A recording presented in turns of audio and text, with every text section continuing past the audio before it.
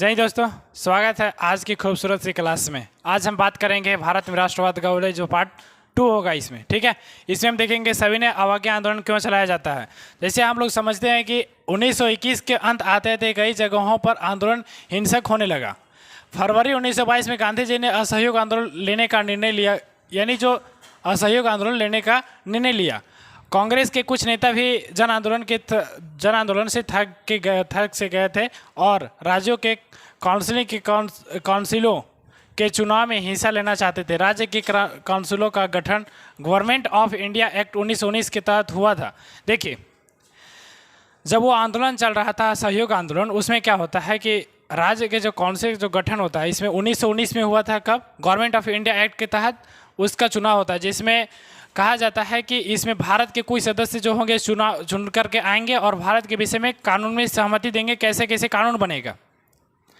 लेकिन क्या होता है कि जब गांधी जी ने असहयोग आंदोलन चला रहे थे तो फिर इनको क्या किया, उस समय उसको छोड़ना पड़ गया। उन्होंने जितने भी लोग थे उसमें से कई लोगों ने तो उनका विरोध किया कि नहीं, हम नहीं छोड़ेंगे, हम क्या करेंगे, हम इसमें प्रवेश करके ही हम अंग्रेज़ों के विरुद्ध जो उन लोग कानून बनाएंगे उसका हम उसमें रोकेंगे उसको। लेकिन ऐसा नहीं हुआ। फिर गांधी जी ने, हम पिछले वीडियो में बताए थे, गांधी जी ने उन लोग नेताओं को भी मना लिया। इसके बाद क्या हुआ कि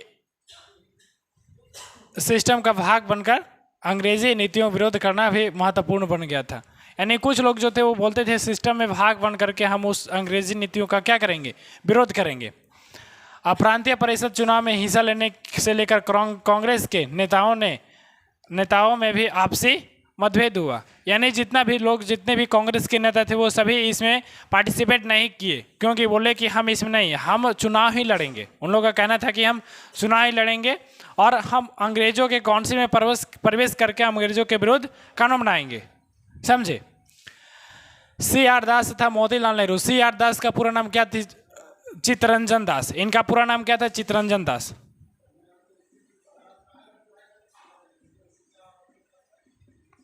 इनका पूरा नाम था चित्तरंजन दास। और मोतीलाल नेहरू कौन होते हैं? जवाहरलाल नेहरू के पिताजी मोतीलाल नेहरू। स्वराज पार्टी का गठन करते हैं। कब? जनवरी 1923 में, ताकि प्रांतीय परिषद के चुनाव में हिस्सा ले सके।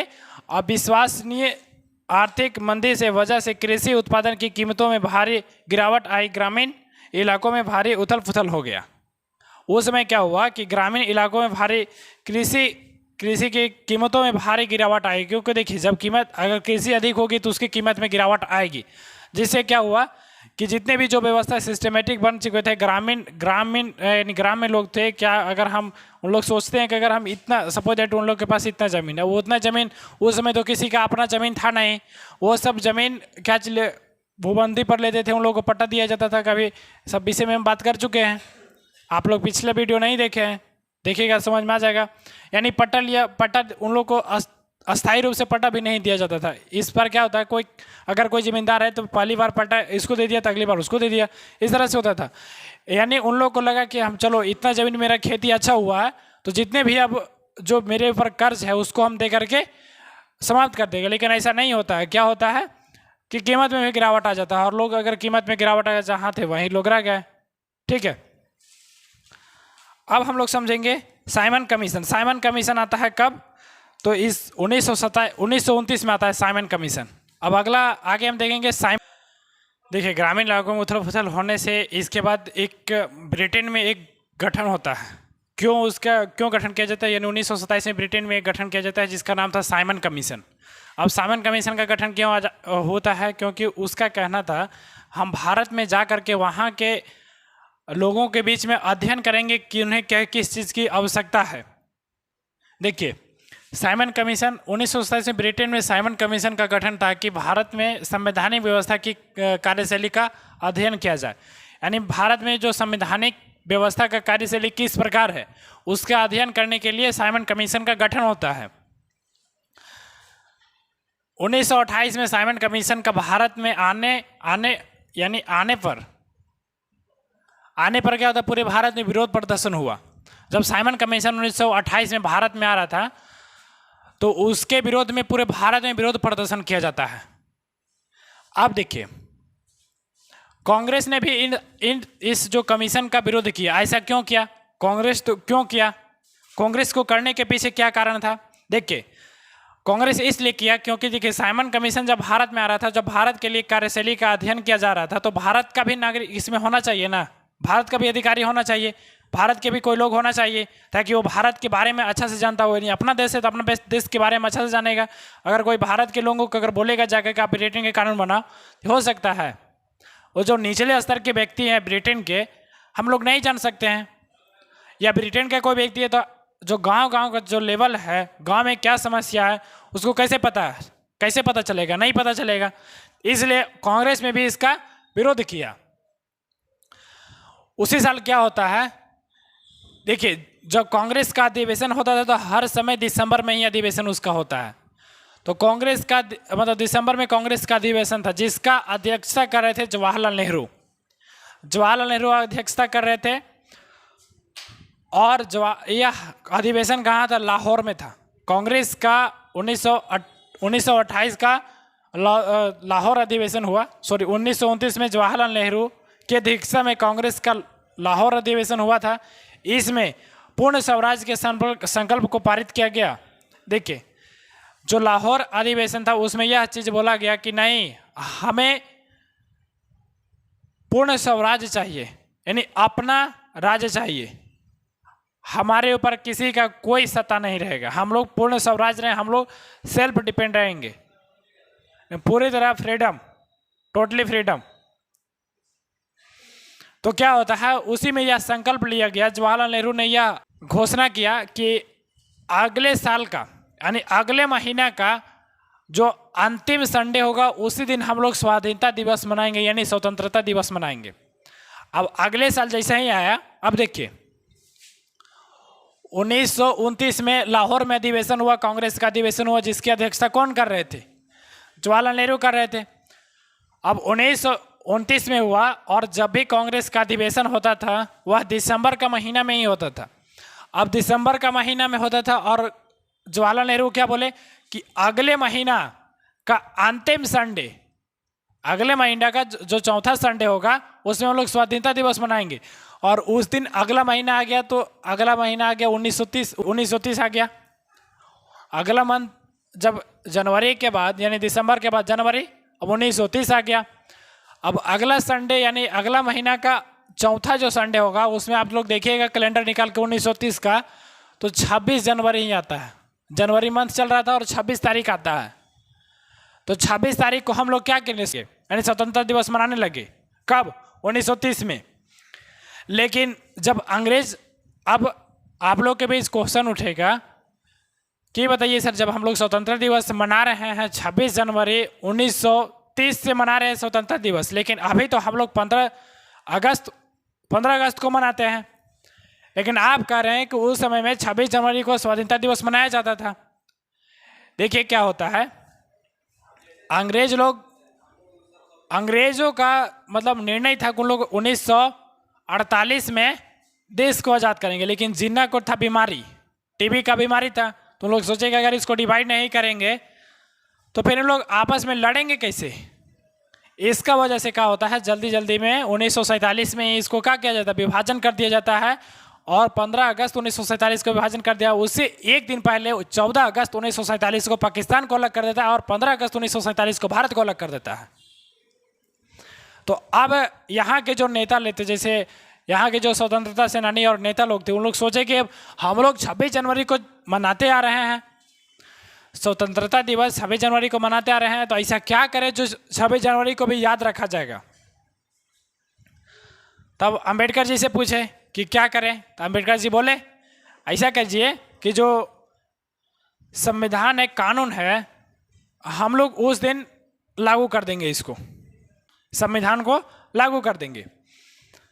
संविधान भी पहले ही बन करके रेडी हो गया, 26 नवंबर को हो गया रेडी। तो उसको एक महीना रखा गया, बोला नहीं इसको लोगों को याद रखना चाहिए, तो उसको गणराज्य बनाया गया, ठीक है। और 26 जनवरी को हम लोग संविधान दिवस मनाते हैं, मतलब 26 नवंबर को संविधान दिवस मनाते हैं और 26 जनवरी को गणराज्य दिवस, रिपब्लिक डे मनाते हैं। अब गणराज्य का मतलब क्या होता है कि उसमें जो राष्ट्र के जो प्रमुख होंगे वो इलेक्ट्रिक होकर कहेंगे, कोई वंशानुगति नहीं चलेगा। इसके बारे में बताते हैं। इसके बाद आता है नमक यात्रा। तो ये था साइमन कमीशन के बारे में हम लोग जाने अभी। अब हम लोग देखेंगे पर नमक यात्रा। नमक यात्रा और असहयोग आंदोलन, यानी नमक के प्रति असहयोग आंदोलन चलाया गया। इरविन के समक्ष अपनी 11 पक्ष रखे, यानी महात्मा गांधी जब इरविन यहाँ पे साइमन कमीशन को लेकर के आया था तो उसका बहुत ज़्यादा विरोध हुआ, लेकिन वो विरोध के बावजूद भी नहीं मान रहा था। ठीक है, तब महात्मा गांधी जी क्या करते हैं कि इरविन के सामने 11 प्रस्ताव रखते हैं, इरविन के समक्ष रखते हैं। ये मांगे उद्योगियों के लेकर किसान ताकि विभिन्न तबके के लोगों से जुड़ी हुई थी, यानी ये जितने भी मांगे थे वो उद्योगपतियों और किसानों और जितने भी गरीब लोग थे उनसे सभी से जुड़ा हुआ था। इसमें सबसे महत्वपूर्ण मांग था नमक को कर से खत्म कर दिया जाए। देखिए, जो नमक होता है, नमक पर भी टैक्स लगता है, टैक्स लगाया जाता था नमक पर भी। तो महात्मा गांधी जी ने 11 मांग में एक ये भी रखे कि ये जो नमक होता है, आप इस नमक में टैक्स को खत्म कर दीजिए। लेकिन जो इरविन ने इनमें से किसी भी मांग को मानने के लिए तैयार नहीं थे। 12 मार्च 1930 से महात्मा गांधी द्वारा नमक यात्रा की शुरुआत की गई। 12 मार्च आप लोग इसको याद रखेंगे क्योंकि ये क्वेश्चन पूछ सकता है। 12 मार्च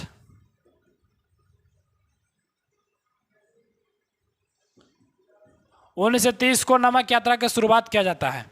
6 अप्रैल 1930 के नमक कानून का उल्लंघन, यह घटना सविनय अवज्ञा आंदोलन की शुरुआती थी। देखिए, 12 मार्च को 1930 को यहाँ से स्टार्ट किया जाता है और 6 अप्रैल मार्च, इसके बाद अगला महीना क्या आ जाएगा, 6 अप्रैल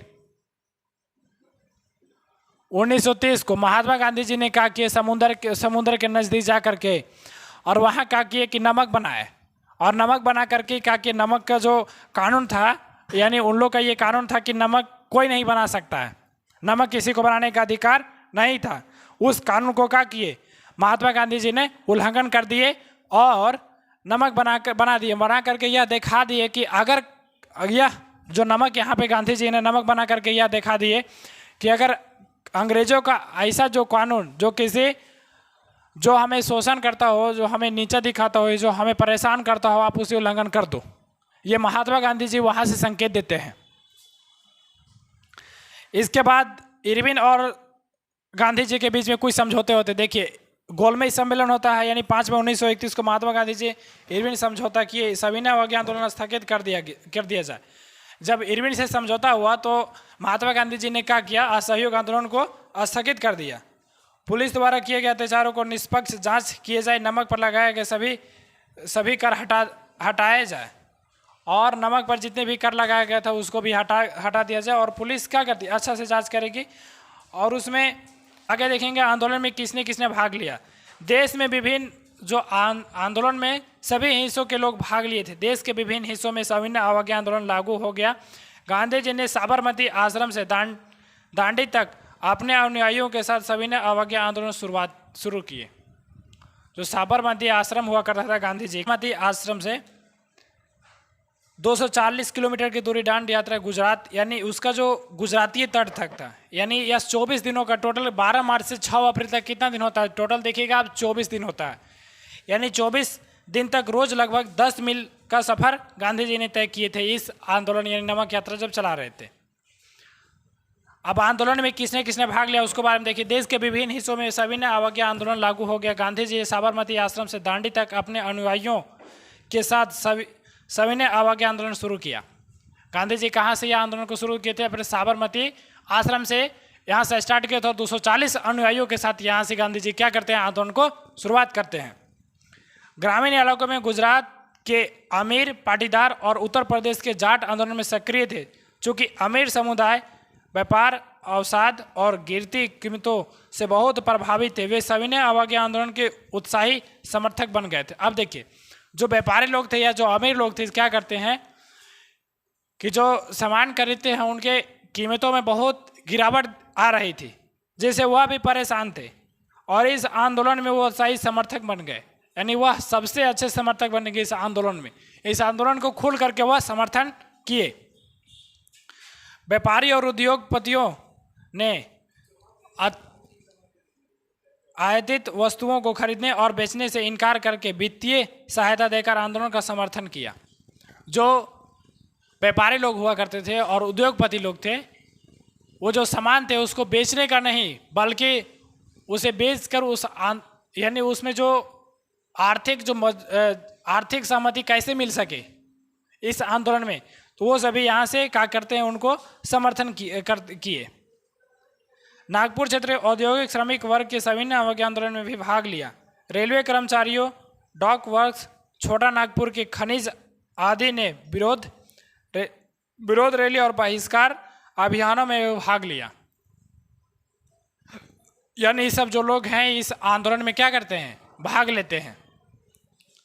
सविनय अवज्ञा आंदोलन का मुख्य घटनाएं कौन कौन सी है उसके बारे में हम लोग समझते हैं। आप लोग को ये वन लाइनर क्वेश्चन में आ सकता है कि उसके मुख्य घटनाएं कौन कौन सी है। देखिए, देश के विभिन्न हिस्सों में नमक का कानून उल्लंघन होगा। जो नमक किसी को बनाने का अधिकार नहीं था उसको क्या किया गया, उल्लंघन किया गया। विदेशी वस्तुओं को बहिष्कार किया गया, यानी इस आंदोलन में क्या होता है, विदेश की जितने भी वस्तुएं हैं उसको बहिष्कार किया जाता है। शराब की दुकानें को पिकेटिंग की गई। पिकेटिंग मतलब क्या होता है कि वहाँ के जाने वाली सभी रास्ताओं को क्या कर दिया जाता है, बंद कर दिया जाता है। वन कानूनों का उल्लंघन किया जाता है। वन कानून क्या था, हम बताए थे। वन कानून क्या होता है, उसमें गोरिल्ला क्रांति होती है। वन में जाने से लोगों को क्या कर दिया जाता है कि मना कर दिया जाता है। वन में जो लोग होते हैं, आंध्र प्रदेश की यह घटना है, वहाँ के जो आदिवासी क्षेत्र के लोग होते हैं उन्हें वन में जाने से मना कर दिया जाता है, वह वन में जा नहीं सकते हैं। तो इसका भी वह क्या करते हैं, उल्लंघन करते हैं। अब देखिए, सविनय अवज्ञा आंदोलन में ब्रिटिश सरकार की क्या प्रतिक्रिया हुई, इसमें क्या ब्रिटिश सरकार ने किया उसके बारे में हम लोग समझते हैं। कांग्रेस नेताओं का हिरासत में लिया गया, निर्मम दमन किया गया, यानी कांग्रेस के जो जितने नेताओं थे उसमें उसको बंद किया गया, हिरासत में लिया गया और एकदम निर्मम दमन किया गया। निर्मम तरीके से उसको दबाने का और कुचलने का काम किया गया। शांतिपूर्ण सत्याग्रहियों का आक्रमण, महिलाओं और बच्चों की पिटाई, और इसमें ब्रिटिश सरकार के विरुद्ध महिलाओं व बच्चों की भी पिटाई की जाती है। समझिए कितना वो निर्दयी थे। लगभग 1 लाख लोग गिरफ्तार किए जाते हैं। 1 लाख लोग गिरफ्तार किए जाते हैं इस आंदोलन में। अब हम लोग आगे समझते हैं। देखिए, ये जो सविनय अवज्ञा आंदोलन के प्रति लोगों और यानी जितने भी लोग होते हैं और औपनिवेशिक सरकार की प्रतिक्रिया, औपनिवेशिक क्या थे, जो यहाँ पे शासन कर रहे थे, उसकी क्या प्रक्रियाएं होती है। लोगों ने सरकारी कानूनों को भंग करना शुरू कर दिया। आंदोलन को दबाने के लिए सरकार ने कठोरता से काम लिया। हजारों जेल गए, गांधी जी को कैद कर लिया गया। अब जनता इसमें बढ़ चढ़कर भाग लेने लगी। यानी यह आंदोलन जो इतना विशाल आंदोलन था जिसमें जनता बढ़ चढ़ के भाग लेने लगी, और गांधी जी को जब जेल में डाल दिया जाता है तो और भी ज़्यादा विरोध होता है। अब सविनय अवज्ञा आंदोलन की क्या विशेषताएं थी उसके बारे में हम लोग समझते हैं।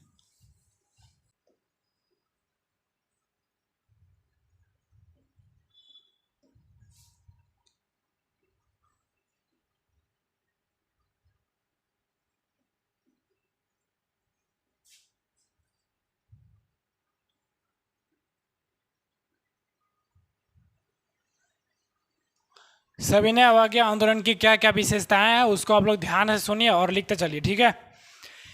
इस बार लोगों को न केवल अंग्रेजों का सहयोग न करने के लिए बल्कि औपनिवेशिक कानूनों का उल्लंघन करने के लिए आह्वान किया जाने लगा।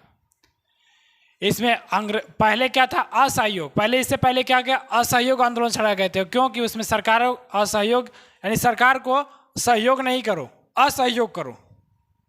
लेकिन अब इसमें क्या क्या है, उस कानून को उल्लंघन करने का भी अधिकार दिया जाने लगा। यानी इनडायरेक्ट बोला गया कि आप अगर ऐसा कोई कानून जो मानवता को हानि पहुंचाता हो, दुख पहुंचाता, आप उसे उल्लंघन कर सकते हो। देश के विभिन्न भागों में हजारों लोगों ने नमक कानून तोड़ा तथा सरकारी नमक कारखानों के सामने प्रदर्शन किए। विदेशी वस्तुओं का बहिष्कार किया जाने लगा। किसानों ने लगान और चौकीदारों के कर व चुकाने से इनकार कर दिया। वनों में रहने वाले लोगों ने वन कानूनों का उल्लंघन कर आरंभ कर दिया। यानी वन में जो कानून लगा था कि आप उसमें चारागाह नहीं कर सकते हैं, आप उसे कुछ खाने वाली वस्तु नहीं ला, आप उससे लकड़ी नहीं ला सकते, इन सभी को उल्लंघन करना स्टार्ट कर दिया कि नहीं अब सब कुछ होगा। तो ये सवा राज है, किसी का राज नहीं, हम लोग का, we the people of India, यानी हम भारत के लोग, समझे। अब आता है सविनय अवज्ञा आंदोलन में महिलाओं की क्या भूमिका थी। आंदोलन में बहुत बड़ी संख्या में गांधी के नमक सत्याग्रह में भाग लिया। यानी औरतें जो थी जितना थी वो गांधी जी के नमक सत्याग्रह में बहुत अधिक संख्या में भाग लिया। हजारों औरतें उनकी बात सुनने के लिए यात्रा के दौरान घरों से बाहर आ जाती थी। उन्होंने जुलूसों में भाग लिया, नमक बनाया, विदेशी कपड़ों और शराब की दुकानों को पिकेटिंग की। कई महिलाएं जेल भी गई। ग्रामीण क्षेत्रों में औरतों ने राष्ट्र की सेवा को अपना पवित्र दायित्व माना। ग्रामीण क्षेत्र के जितने भी औरतें थे वो राष्ट्र की सेवा को क्या माना, अपना पवित्र सेवा माना कि यही पवित्र सेवा है, राष्ट्र की सेवा ही क्या है, पवित्र सेवा है और दायित्व भी है। सविनय अवज्ञा आंदोलन कैसे असहयोग आंदोलन से अलग था। यह जो सविनय अवज्ञा आंदोलन था वह असहयोग आंदोलन से किस प्रकार अलग था उसके बारे में देखिए। असहयोग आंदोलन में लक्ष्य स्वराज था, लेकिन इस बार पूर्ण स्वराज की मांग थी। असहयोग आंदोलन में क्या था, स्वराज था, लेकिन सविनय में क्या था, पूर्ण स्वराज। अब किसी भी राज्य की आवश्यकता, यानी अब किसी प्रांत की आवश्यकता, स्वराज की आवश्यकता नहीं, अब हमें क्या, पूर्ण स्वराज चाहिए। यानी मेरा राज्य है, अब हमको पूर्ण स्वराज चाहिए। असहयोग में कानून का उल्लंघन शामिल नहीं था, जबकि इस आंदोलन में कानून तोड़ना शामिल था। असहयोग आंदोलन जब चलाया गया तो उसमें कानून का उल्लंघन शामिल नहीं था, बट इसमें क्या था, कानून का उल्लंघन भी शामिल था। अब सविनय अवज्ञा आंदोलन की सीमाएं क्या क्या थी उसको हम लोग समझते। अनुसूचित की भागीदारी नहीं थी, क्योंकि लंबे समय से कांग्रेस इनके हितों की अनदेखी कर रही थी। इसमें जो अनुसूचित जाति थे उनकी हिस्सेदारी नहीं थी। कांग्रेस इसमें भी ध्यान नहीं दे रहा था। अगर कांग्रेस इसमें ध्यान देता ऑब्वियसली उस सभी लोग क्या आगे आते। मुस्लिम संगठनों द्वारा सविनय अवज्ञा के प्रति कोई खास उत्साह नहीं था, क्योंकि 1920 के दशक के मध्य से कांग्रेस हिंदू महासभा जैसे हिंदू धार्मिक संगठनों के करीब आने लगी थी। दोनों समुदायों के बीच संदेह और अविश्वास का माहौल बना हुआ था।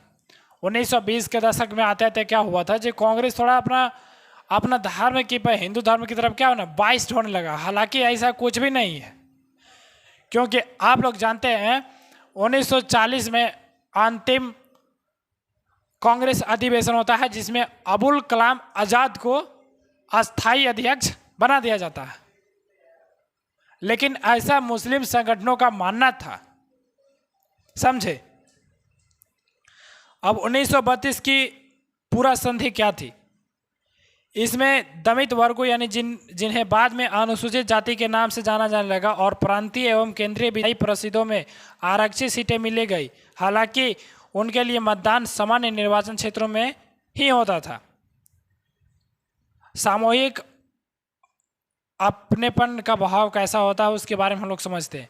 वे कारक जिन्हें भारतीय लोगों में सामूहिक अपनेपन की भावना को जगाया तथा सभी भारतीय लोगों को एक किया। ये कौन कौन सी भावना थे जो सभी भारतीय लोगों को एक किया और सामूहिक भावना जगाने का प्रयास किया। तो चित्र व प्रतीक, इसमें हम यूरोप का जब राष्ट्रवाद का पढ़ रहे थे, राष्ट्रवाद का उदय, हम लोग बताए थे कि जो चित्र होता है या प्रतीक होता है वो भी एक क्या राष्ट्र की भावना को सामूहिक संगठित बनाता है। भारत माता की प्रथम छवि बंकिम चंद्र द्वारा बनाई गई थी। इस छवि के माध्यम से राष्ट्र को पहचानने में मदद मिली। यानी भारत माता की जो पहली पहचान था वो किसके द्वारा, बंकिम चंद्र के द्वारा बनाया गया था। इस छवि के माध्यम से राष्ट्र को पहचानने में मदद मिली। यानी हमारा राष्ट्र क्या है, कैसे पहचाना जाए, तो उस छवि के द्वारा हम लोग इसमें पहचानने में मदद मिली हम लोग को। ठीक है, लोक कथाएं भी महत्वपूर्ण भूमिका निभाती हैं। राष्ट्रीय धूम कर इन लोक कथाओं का संकलन करने लगे। ये कथाएं परंपरागत संस्कृति की यह तस्वीर पेश करती थी तथा अपनी राष्ट्रीय पहचान को ढूंढने तथा अतीत में गौरव का भाव पैदा करती थी। लोक कथाएं भी एक महत्वपूर्ण भूमिका निभाती है, जो हमें अतीत को बताती है और अतिथि राष्ट्र के प्रति संगठित करने की भावना करती है। जैसे अगर जब पाकिस्तान अलग हो रहा था तो उसमें हम ये नारा लगा देते कि जो पाकिस्तान का मांग करे वो पड़ोसी का औलाद। तो ये क्या हो जाता है, ये क्या भावना एक पैदा हो जाती है कि अरे भाई मांग वो नहीं करना, नहीं तो क्या बोलते अगला समझेगा क्या बात है, लग रहा है पड़ोसी। तो इस तरह से भावना अगर फैला दिया जाए, इस तरह से जो आत्मकथा या नारा फैला दिया जाए, इससे लोगों की भावना, उन लोग सोचेंगे अरे भाई अगर हम पाकिस्तान का मांग करते हैं तो हमें लोग फालतू में इरिटेट करेंगे, इससे अच्छा चलो यहीं रहो। इस प्रकार अगर नहीं डिवीजन होता, लेकिन उस समय लोग इतना ध्यान नहीं दिए, या क्या करते, जीना एक ऐसा उग्रवादी माहौल बना दिया कि लोगों को लगा नहीं सर हटाओ इसको, अलग ही करो। जिन्ना का भी इसमें बहुत ज़्यादा, जीना ही तो अलग किया था। अब चिन्ह यानी जो सिंबल होते हैं, चिन्ह जो होते हैं, वह भी अत्यंत महत्वपूर्ण भूमिका निभाते हैं। जैसे उदाहरण के लिए झंडा, बंगाल में 1905 में, यानी जो झंडा जो होता है, झंडा को कब अपनाया गया था, बंगाल कलकत्ता अधिवेशन में ही अपनाया गया। तो 1905 में स्वदेशी आंदोलन के दौरान सर्वप्रथम एक तिरंगा हरा पीला लाल जिसमें 8 कमल थे। 1921 तक आते आते महात्मा गांधी ने भी सफ़ेद हरा और लाल रंग का तिरंगा तैयार कर लिया। इतिहास की पूर्ण व्याख्या, बहुत से भारतीय महसूस करने लगे थे कि राष्ट्र के प्रति गर्व का भाव जगाने के लिए भारतीय इतिहास को अलग ढंग से पढ़ाना चाहिए ताकि भारतीय गर्व का अनुभव कर सके। यानी भारतीय इतिहास को एक ऐसा ढंग से पढ़ाना चाहिए कि भारत के लोग क्या हो सके, उसमें गर्व सके कि हाँ हमारे पूर्वज थे।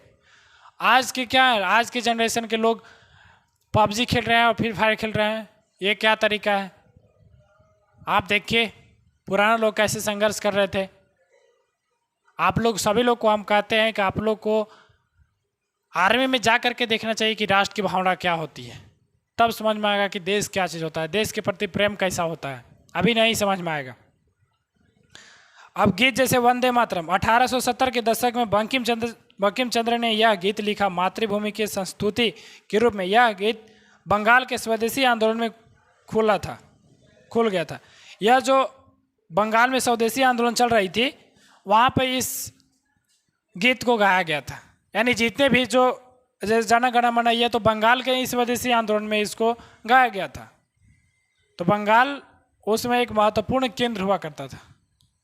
अभी तो बंगाल का विभाजन हो गया है। यहाँ तक पूर्ण कंप्लीट हुआ। जैसे जैसे हम वो बात को बोले हैं, जैसे जैसे मेरे शब्द हैं, आप उसको अगर नोट्स कॉपी में फ़ोन को स्लो मोशन में करके आप उसको रोक करके लिख लेंगे। ऐसे आप सभी को कुछ ही दिनों के बाद कंप्लीटली टेलीग्राम ग्रुप बना दिया जाएगा। आप लोग सभी PDF उसमें से डाल दिया जाएगा।